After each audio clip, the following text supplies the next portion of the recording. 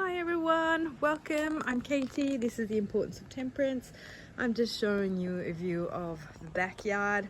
I'm sat here at the moment doing some tarot studies. I haven't been on in a minute. I know it's just because we've had kind of like, well, we did have cyclone, was it Alfred? And yeah, I kind of lost the will to live a bit then. I couldn't be bothered doing anything. But today I'm sat outside, beautiful view of the pool and the backyard.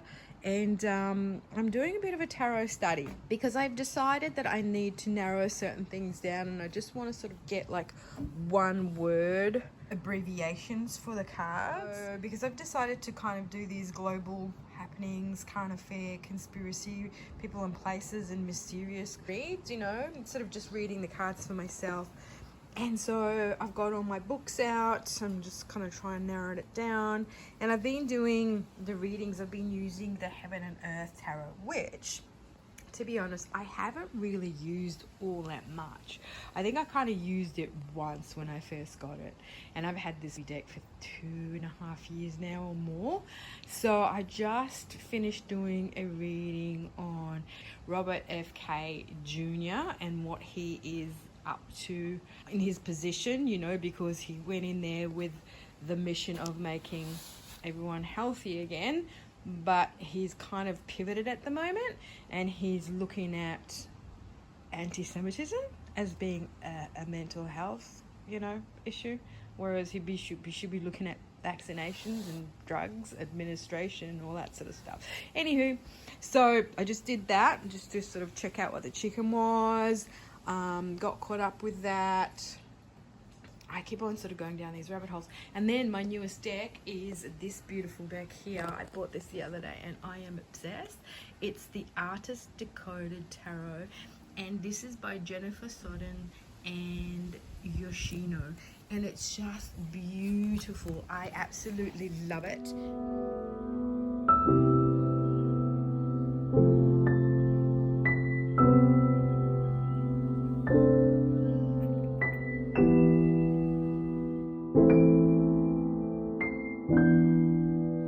Okay, so since I haven't been on in a minute, I thought that today I'd just quickly share with you what I've been up to and the two newest decks that I have bought. I also, you know, have been trying to be really good with my purchases as well. I don't want to be spending a lot of money, so I'm just trying to be really mindful of what I get, and if I get it, I want to really want it, or I want to add something different to my collection, my growing collection of tarot and oracle decks so far. So let me just show you this. I've been wanting to have this for the longest time, the Tea Leaf Fortune cards by Hepburn. And what I did not realize is that she actually is giving you insight into how to read tea leaves. And what she's done is she's transformed this tea leaf situation into images that you can use just these cards for. So all these things, like a box, like a caterpillar, and the meanings, these are actually what you would see in the tea leaves when you're reading tea leaves. And there's all this kind of system. Betty, I'm talking. I didn't realize that. I just thought these were like oracle cards, so I just got them to use as oracle cards, and then I realized that this was all a system of a divination, which this book will tell you all about. So this is fantastic. So it comes in this beautiful box here, and you get this wonderful book, and it has all the info in there as well if you want to actually pick up how to read tea leaves in reality, just as well as using these cards. And then it has these extra cards that are the month, so it will say month of the year. And then it has, where are we? Here, it has these 6 cards called astral houses. 1, 2, 3, 4, 5, 6. But what they actually are like little prompt cards. You know how when you read for people, they want to know about their wealth, their marriage, their love, their happiness, their career kind of thing. Those are the main things they ask. So you could use those to set up your reading with or underpin your reading as a key question that they might have. So I thought that was fun. So there's many more. There's a whole stack of them. They're really, really high. So I just thought I'd just show you. Those are the backs. And then, for instance, you've got forest, muddled, unclear thinking. And it does give you the meanings. Hat, you will be playing a different role. And I've wanted these for ages, so I thought I'd get myself that. So that's my tea leaf fortune cards. And then this is what I was talking to you before. So the Artist Decoded Tarot Guidebook. It's Jennifer Sodini, sorry, and Yoshino. I didn't pronounce that correctly. And this is a beautiful book. So it's kind of based on the Tree of Life and, you know, the meaning of the Sephiroths and the colors of it. So there's all that information in there. It also tells you about the 4 worlds underpinning the Tree of Life. It's got the zodiac signs, the planets, the elements there, and then it goes into a lot of explanation about the cards. So it will give you kind of a meaning, and then it will tell you upright, reverse. And what I find really super fun is that because these ladies are actual real practicing artists, they give you this little prompt here, like an art project to fulfill. So they are artists, therefore the Artist Decoded Tarot, and they want to kind of like speak to other artists, or, you know, if you are someone who needs inspiration for an art project, they give you a little prompt here. But these cards are just absolutely stunning. I love them.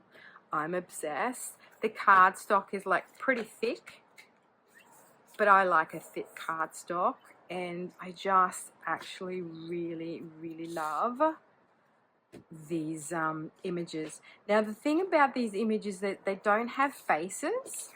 So when you actually have a look at it, they have a face, but they're kind of blank. And they remind me of oil paintings. Do you know what I mean? They're so gorgeous. I love the color in them. And I am kind of obsessed at the moment with really colorful decks. And especially I have, in the past few years, kind of pivoted to collage decks. I don't know why. I just love a collage deck. I know many people don't like them. But I see the Emperor there, like there's no face whatsoever. The colors are so vivid, and also the images, like they're very kind of blurry in the sense that when you kind of try and focus in, you can't really focus in on the details. You have to look at the bigger picture, and that's done on purpose because the way they wanted these cards to come across is something that want to be a little bit more mysterious and explored, and encouraging you to use your intuition more than focusing in on a detail, if that kind of makes sense. Like even when you look at this card, you see the salient details, but when you go and zoom in, it gets a bit sort of wishy-washy and blurry. But as I say, it's not like a printing mistake or anything like that, or that it's unfocused. It's actually purposely meant to be that way. And yeah, I just love it. And kind of, it's a mixture between, it kind of reminds me of, you know, the old masters, but then it mixes it up and adds like new features in there. So like this looks like a city with a skyscraper, you know, in front of them. So it's got this kind of mixture of old and new as well, which I really love. These bursts of colors, there's a lot of kind of florals and greens and sparkly bits and color. And then I thought that I'd do a quick read with you guys. So when I first saw this deck on Amazon, I did an error about it, just for the simple fact that I kind of read it was made with AI, and I'm not someone who wants to support AI. But I know that AI is going to be kind of the future going forward. I am happy to buy something that has been, created with AI, just as long as it's just a tool for the artist to use, and the artist actually puts their own imprint and their own creative juices into it, and they use it as part of the creative process, not just going in, typing something in the computer, and then the computer generating the artwork, and then boxing that artwork up, and then, selling it. So as in the case with this, these are both artists, so they have put their creative input into the images. They've just used AI as a tool, and they do a song and dance in the book about AI being the future, but it's being a creative tool, and they're putting their input in there as well, and then superimposing their thoughts, their feelings, their images, and creating it as, in a way, a digital composition. Okay, that's fine with me. If there's an artistic input, that's fine. So yeah, let's just quickly get one of these cards and see what comes out. They shuffle really nice. The cardstock's nice and thick. Let me just grab a normal card. This is like a little Scarabeo card to do a comparison. This is a little bit taller and a little bit thicker. So yes, you could call this a digital collage using AI artwork in combination with the artist's vision, I guess, the creative's vision. All right, can we please have a card for my lovely people watching this video? I like to wait till they drop out. Too many. Just one card, please. Can we have one card, please? Okay. Ooh, 10 of Pentacles. I'll just take the top one. 10 of Pentacles. Gorgeous. Let's have a look. Legacy. I just love this artwork. It's just fantastic. Love it. Love it. Love it. All right, let's see what it says in the booklet. 10 of Pentacles. The legacy maker. And the color here corresponds to the color on the Tree of Life. 10 of Pentacles is a powerful card representing generational wealth and a sustainable legacy built over time. It emphasizes the importance of being a good ancestor and passing on value to future generations. The card's resonant sphere, Malkuth, highlights the significance of integrating life's spiritual and material aspects to achieve lasting prosperity and fulfillment as you actualize kingdoms to come on the material plane. At the beginning of his seminal short story, The Immortal, Jorg Louis Borges quotes a passage from Francis Bacon. Solomon saith, "There is no new thing upon the earth, so that as Plato had an imagination, that all knowledge was but remembrance, so Solomon giveth his sentence that all novelty is but oblivion." In many ways, the 10 of Pentacles reflects the truth. Everything is a remix. It reminds us that we are all part of a larger narrative that extends far beyond our lifetimes. The legacies we create are not solely our own. Instead, they are shaped by the traditions and wisdom of those who came before us. When this card appears in a reading, it is a powerful reminder of the importance of legacy and the integration of the spiritual and material aspects of life. It encourages consideration of the world we will leave behind and the seeds we want to plant in our lifetime, so they may take root and endure through each chapter of our ongoing human history. And I really love the way this book is written too, by the way. So then you've got upright and reverse, so you've just got like some key words here: legacy, community, family, relationships, prosperity on financial, emotional and spiritual levels. Reversed, loss of heritage, isolation or loneliness, economic adversity, volatility, and uncertainty. And then it gives you a little artistic project to follow if you know, if you wanted to use it as a prompt for actually journaling, you know, or if you wanted something artistic to do, if you're so artistically inclined. Octavia E. Butler's visionary work of speculative fiction, the Parable series 1993 to 98, introduced in the Earthseed tenets, a belief system created by the protagonist Lauren Olamina. These guiding principles center around adapting to a changing world while emphasizing community, responsibility, wisdom, and life's impermanence. For this exercise, reflect on your own values and traditions, whether from your biological or chosen family. Consider what you'd like to pass down to continue beyond your life. Write down 10 guiding tenets for your legacy.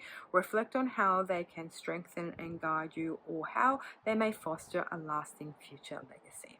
So that's kind of like an extra bit for you. It can be used as something to base an artwork on. It can be based obviously as a journaling prompt or not. Do you know what I'm saying? So yeah, pretty cute. And then I thought that, you know, these to me, they really speak to my Scarab and Dahlia deck. Kind of did like a side by side the other day. And I find that they're super colorful and they really do complement each other. This is an indie deck.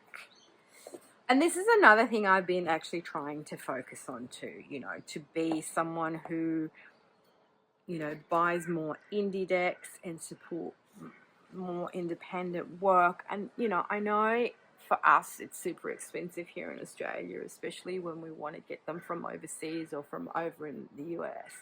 The US is actually nuts, really. And I did back, so I'm just going to have a sip of my Prosecco, cheers. I did back an Oracle deck on Kickstarter when Olga Speaks, and now that's kind of been printed and stuff, and I'm waiting for the creator to get back to me and tell me how much it's going to cost in shipping. I mean, the deck already cost me like 120 Australian dollars by itself, and now God knows what it's going to cost in shipping. But see what I mean? It's got this kind of white border. The colors are really nice and bright, and I think they complement each other and they speak to each other in terms of composition and that old and new artwork as well. You know, these old stone statuettes with like a more modern and contemporary landscape behind, which looks like a photograph. I just think this to me, you know, like, look at that. That's just like the Fool and the Worlds. So I think these two decks can work with each other, and I'll probably work with them a little bit more going forward, because this, before this arrived, was my favorite deck, and now this has arrived and I've been a little bit obsessed with it. And another kind of deck that I thought that could work well with, well, an oracle deck. I've got two oracles that I'm working with at the moment. Let me just put that over there. I bought a little bell too, very cute, off Amazon, to just use between readings or when I want to clear the space. At the moment, I am using the Elemental Oracle by Stacey DeMarco, and I find that these work well together as well if we wanted to compare them. The colors work really well, and that kind of like artwork, which is a bit surreal, I guess. I think they kind of work well, you know, these butterflies and these colors and the darkness. I can find myself relating to that combo.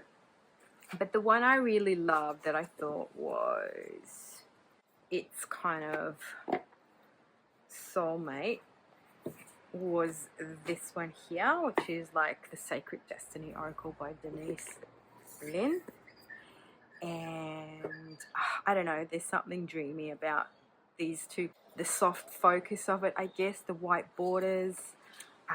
Yeah, I just feel these two absolutely work together. You know, like, see, like those purples and the purples in there.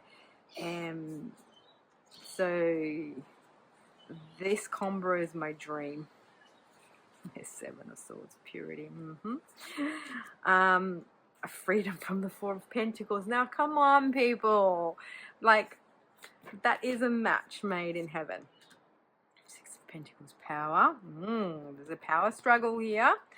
So, loving these cards. I think I can't wait to actually work with this deck, because at the moment what I have been doing is trying to work with a different deck every month, and at the moment I'm basing my decks on like what's the star sign for the month.